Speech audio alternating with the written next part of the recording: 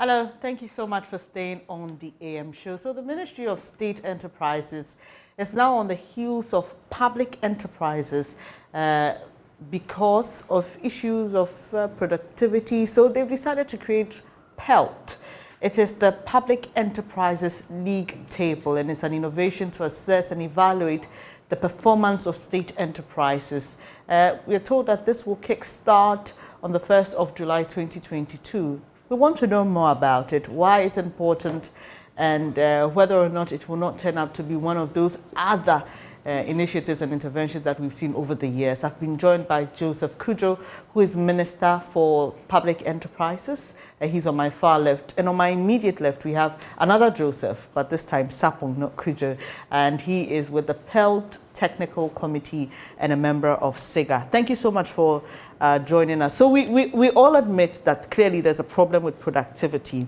And it's been a conversation we've been having for the past few weeks, especially because of what the government statistician said about productivity and the misrepresentation. But we all agree that there are concerns about productivity, especially from the public sector angle. Tell us more about this league table and what you hope it will achieve. Okay. Thank you, and good morning to your viewers. The league table, just like all we have always known about soccer league tables, we know it's a tool to engender competition among competing soccer teams. End result is that at the end of the day, you see one soccer team emerging as the tops, and the next up to one that is last. It communicates information on performance, that the one on the top did well than the one at the bottom. So it is the same concept. And when it comes to even classroom work, that students in the same class are ranked in terms of the scores they get in examinations or some assignment. You also see that this has been a traditional tool over the years in education to engender performance through competition among the students in the class. So you see the one coming first, seen as performing and learning, and the one coming last, seeing that needs effort to also do better next time. So the same concept has been brought in here to deal with the characterization of non-performance, non-profitability, inefficiencies, and indebtedness among the public enterprises. But the ministry is Ministry for Public Enterprises. Let me effect that. Yeah, Ministry of Public Enterprises. Yeah. So over the years, we call it a 65-year-old problem. That is how I describe it. Since independence, public enterprises have been characterized with all these attributes that are not expected of corporate and institutional performances. So today, under the management of the president, I will use management because he keeps an eye in that space, making sure that the 65-year history is giving attention to and different results exacted from the public enterprises. And so for the first time, you see him appointing Minister for Public Enterprises and then establishing SIGA, State Interest and Governance Authority, to oversight the public enterprise space to ensure that they are performing to expectation. So the PELT comes in as one of the tools I'm deploying as a minister to engender competition among them in terms of performance. And it is based on performance contract design. That is the evaluation, the information that is evaluated. Over the years, the entities have been signing performance contracts with SIGA. Okay. And even earlier with State Enterprises Commission. But they sign, whether they perform or not, nobody is really engendering competition from among the So if I get you, this is more about competition and not necessarily accountability. You know, every aspect you think of management, accountability. When you look at it, Joe will speak about the technical dimensions, and you see that performance contract itself, element of it, accountability is embedded in the financial reporting, which they have to meet under the Public Financial Management Act and SIGA Act. So accountability is embedded. So when we say you are a top entity, there are dimensions of that coming to the top. That it means that your reporting is good, your targets set in the attainment of the target set in the performance contract is also good, and so on. So it is not only one dimension. Okay. It's several dimensions that gives the ranking. I'll be coming to you, Mr. Sapong, now. Let's talk about the technicalities. Sure. So what exactly goes into this league table? What factors are you looking for? He created an interesting example with football. So with football, we see matches played, how many you have left, goals scored, goals against, and we see all those indicators, culminating in the final results, which determines where you are on the league table. Yeah. So what are the markers, the indicators that will go into awarding the final marks on this league table? All right, thank you very much, and good mornings to your cherished viewers. The Performance Public Enterprise League Table is a ranking scheme that seeks to build on the foundation of the performance contract signed between SIGA and the specified entities. And this performance contract has three main performance dimensions for which the performance of the state-owned enterprises are measured. So we have the profitability, which seeks to look at the economic and the financial side. We have management improvement stroke project, which looks at governance, their implementation of project, and general management practices. And that side focuses on compliance to, for instance, financial reporting, to statutory reportings. Then there's also what we call the dynamic effect, or innovation, which seeks to look at the activities the entity do within a current year, of which we expect results later, like investment in R&D, training of staff, taking care of their fixed assets. So the various dimensions as we have, that's the three main dimensions for the SOEs, are measured with various indicators under each dimensions. Okay. Then the Health Award seeks to build on this foundation, and what we are doing is that we are indexing this performance. So when you take the various entities, because they are within various segments of the market and also various sectors, once you are able to index their performance based on the dimensions, you are then able to rank them as to the overall performance of each of the entities. And one purpose of doing that is also to be able to benchmark the performance of our SOEs and the other state entities to that of the private sector, and also with their peers around our West African region and even worldwide. So the whole effort is to assess their performance. And as Minister said, previously we were doing the performance contracts, we were evaluating.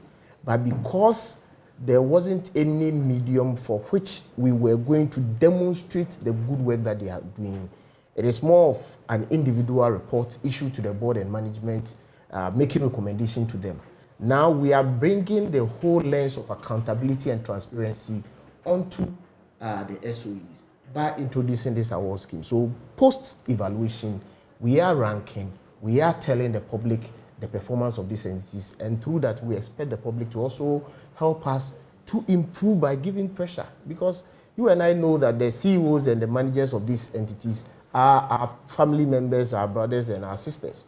So imagine your friend is working within an entity that came last. Obviously, we want to find out what is happening.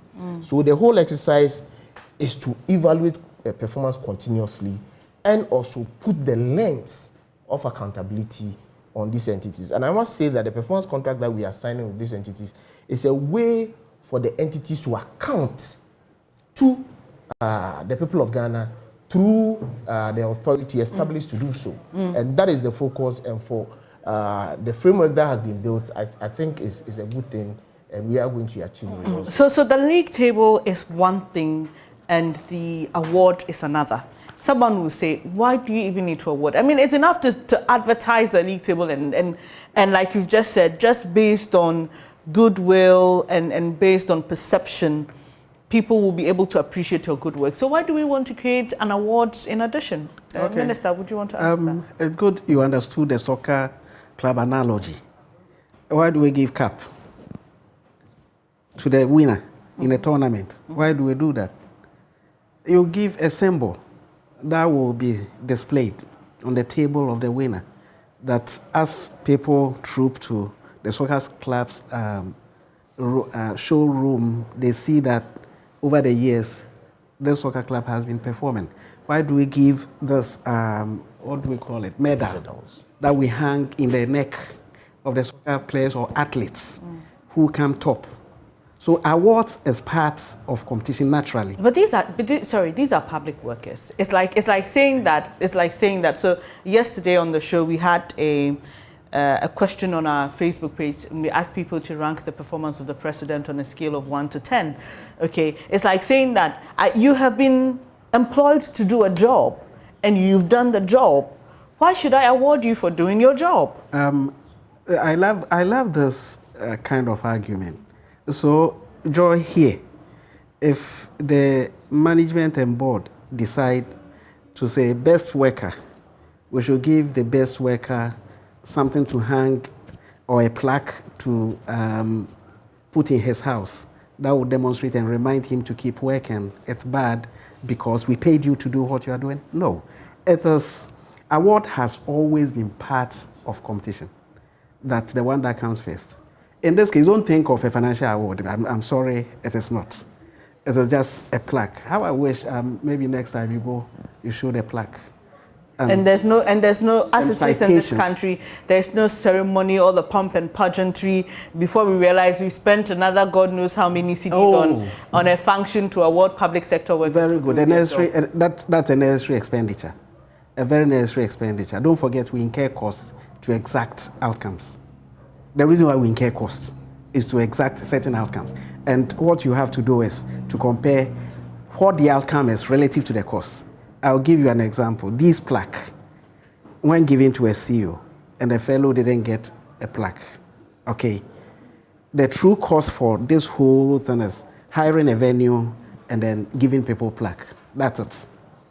But the outcome, you see next year, next 2 years, next 3 years, and it is this that has even given us an opportunity to be talking about this in this space. So the benefit we're going to get far outweighs the cost aspect of this. That's why I'm saying it is not financial reward. You're not going to give anybody a car. Even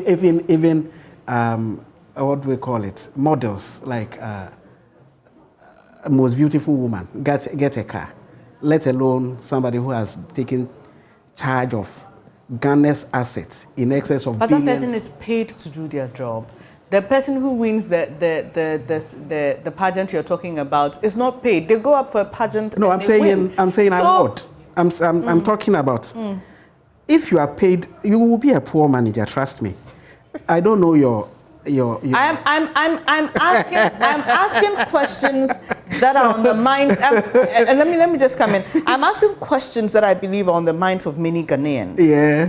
People in public service are paid to do their job, and they're expected to perform at their utmost, at the topmost, regardless of an award or not. Wait. But we are making it sound as though an award is what will propel productivity. No. Listen to this. You have 65 years problem. You want to continue doing what has been done. Nothing new. Okay, so that's why I was saying that. That's why I started this conversation by saying the league table, it's one thing. And the awards is another thing. We can decide, and that's why I'm only asking questions. I understand. So you could have decided to publish the results and say, this is for everybody to see. And I'm saying that, don't you think that will be enough than organizing a ceremony to give awards? I am saying let's get it clear. Let's get it clear here. I understand. Just publish and keep quiet over it. Or bring media public space into it to observe those that did well and to observe those that didn't do well. They don't have the same effect. I'm sorry, they don't. Okay. Let me sorry, Minister, I'll come back to you shortly, but let me come to you, Mr. Sapong. So what exactly goes, you've told us what the three major focus points are, but what exactly goes into the scoring? What would you expect? Do these state-owned enterprises or public enterprises have a database that they have to key in their information? How exactly will the whole computation be done in terms of getting the league table? Yeah, so for the PELT ranking and awards, the foundation is a negotiated contract between SIGA and each specified entities. Bear in mind, the approach is to improve performance over the period. So we look at your 5-year performance, then we negotiate the current year's performance with you, certain targets for which you are supposed to meet. Now what happens is that we have a team of consultants and technical members who look at the submissions of the report, financial reports, report on your governance, report on your investment and all these things. They come through and they are evaluated based on the target that was set for you. Okay, and this target are set to improve the performance year on. So what happens is that once we are able to receive the information per the contract they have signed, then they are evaluated against the target they set for themselves, and then we index it to be able to rank the performance. And let me touch on the issue of the awards. Because contracts are signed, okay, we would want to exact performance from these entities. And you mentioned one aspect of the incentives to the contract, and obviously that is the financial, where they get paid. Now you agree with me that there are non-financial incentives for which people would want to aspire to. Yes, we have ranked the performance, we have evaluated their performance, but what we are saying is that once you have done that, we would also want to be able to showcase the good work that these entities are doing to the public. So you create a platform where you are able to show that of all the challenges that exist within the space, these are the high-flying entities and these are the performance.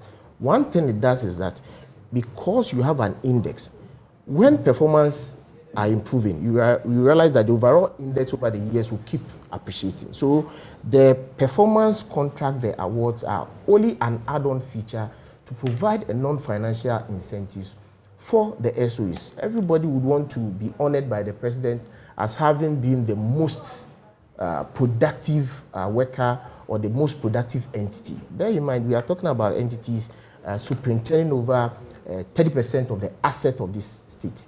And it is the responsibility of SIGA, the responsibility of the Minister for Public Enterprise to ensure that we exact this performance. And we know we have paid them over the years, but this time, what I want to assure you and the general public is that the Minister, with the help of the SIGA team, wants to tie their performance to the contract that they have signed to ensure that now we have remuneration based on what they are bringing in. Okay, so now what we're doing with the league table is to focus on the entire enterprise and the performance of the enterprise. But like I mentioned in my introduction, there have been concerns about the productivity of public sector workers. Is there anything in the offing with regards to individuals within the various enterprises and also ensuring that people are giving back what is paid them or given as the equivalent of what is paid them in terms of productivity?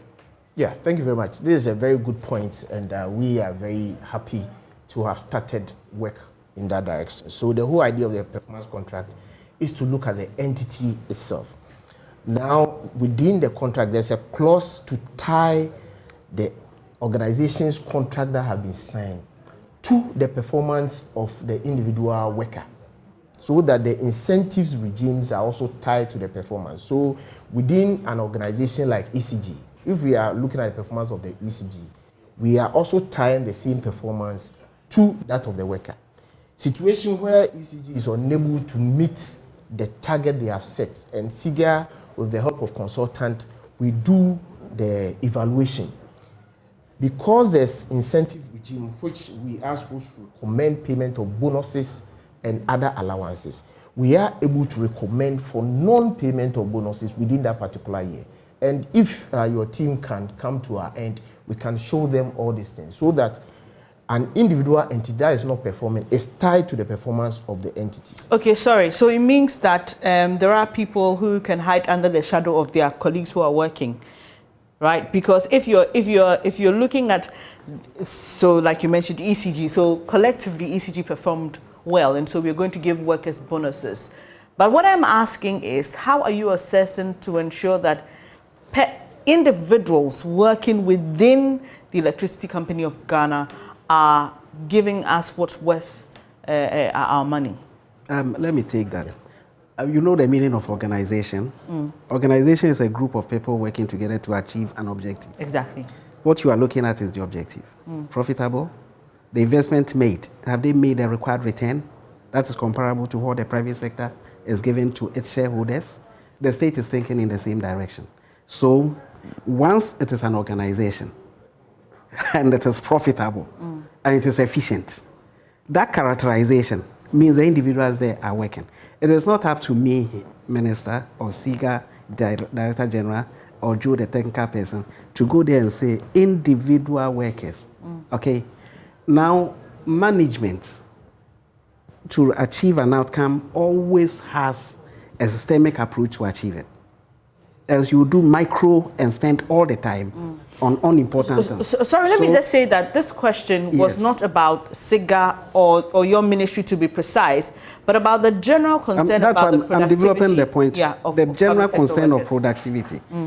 I'm saying to you that productivity here at Joy, okay, is because there's a corporate objective you are looking at to achieve. Market competitiveness. You want to be top on the market. You want to do this. You want to do this. So board of directors, with that strategic plan, devolves at the management level and supervisors level for them to oversight even people up to the one on the street, parking cars. So that arrangement of managing organization is what you look at.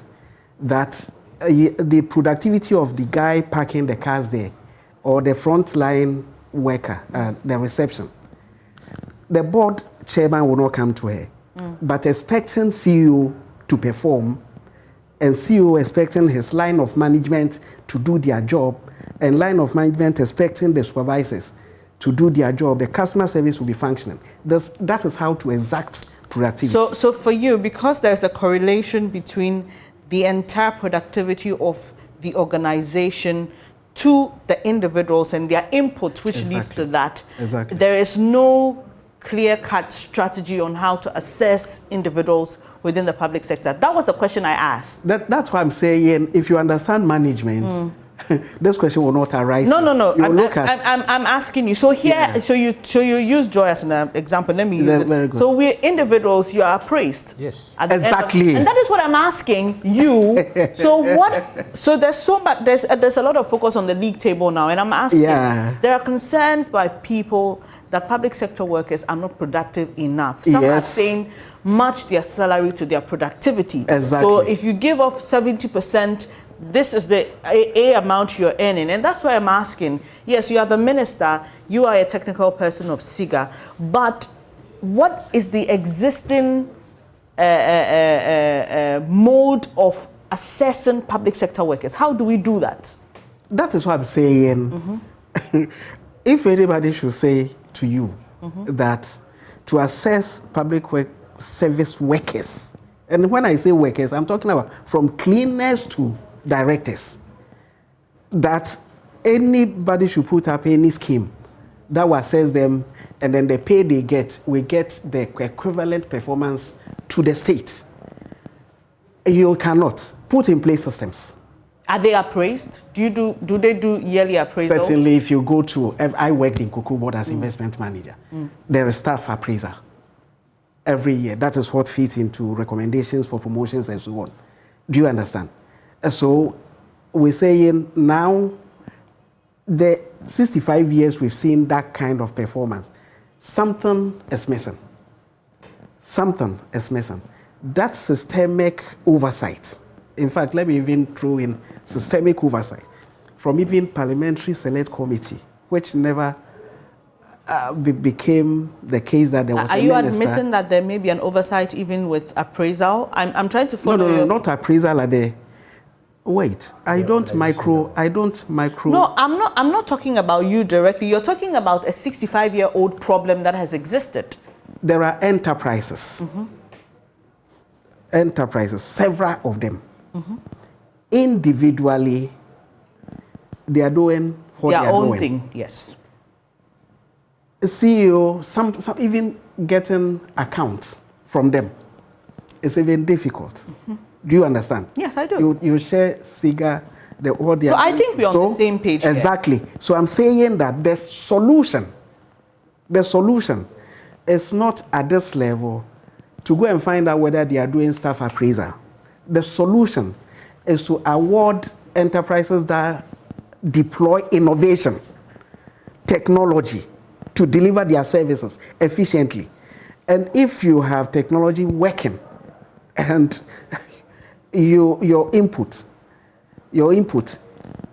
becomes my information for me to also do my work, and mine becomes information to CEO to also do his work. If you put fire on the CEO, or you say, CEO, deploy technology, and if you do, we award you for doing that. You begin to see them getting their staff appraisal system working efficiently, because if the workers do not work effectively and productively, he will not get the desired result. Do you understand? So this whole scheme of shedding light on the public enterprise's performance and exacting this kind of discussions is useful to ensure that we get that kind of So, Minister, what happens results. to underperforming enterprises? We've spoken about those who do well in their works. So what happens to underperforming? Very good. I'm happy you brought yourself. Very excited. What happens to them? They are paid to do what they do. So I'm quoting you. Now, at the back of your mind is a stake. What happens? Penalty. Let me invoke that word, penalty. It's a stake at the back of your mind. But at the back of the mind, the one who is performing shouldn't be motivated in that light. In management, you use both carrot and stick. So I'm just saying that give us a practical. So you've told I'm giving you the frame. Yeah. So sorry, we'll have to. So what happens to them? But let me tell you. Yeah. So what will happen to them? In this league table, it is not like the soccer league table where the last company goes on relegation. Okay. We still have investment in it, so we can't relegate it. Yeah. But it brings us to, as management to, it says this company needs more attention. Just like the student who comes last in class needs more attention. We call it management by exception.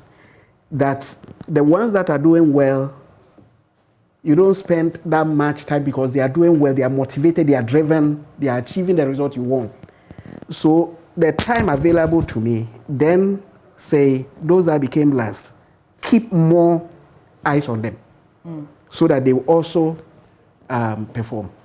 What does keeping your eyes on them exactly mean? It means if you look at the performance dimensions, that is used to rank them.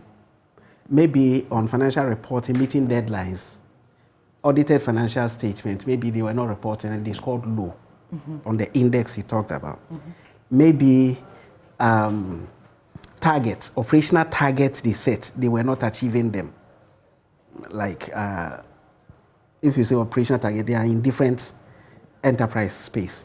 So they are not achieving them. So what is it? Is it market competitiveness?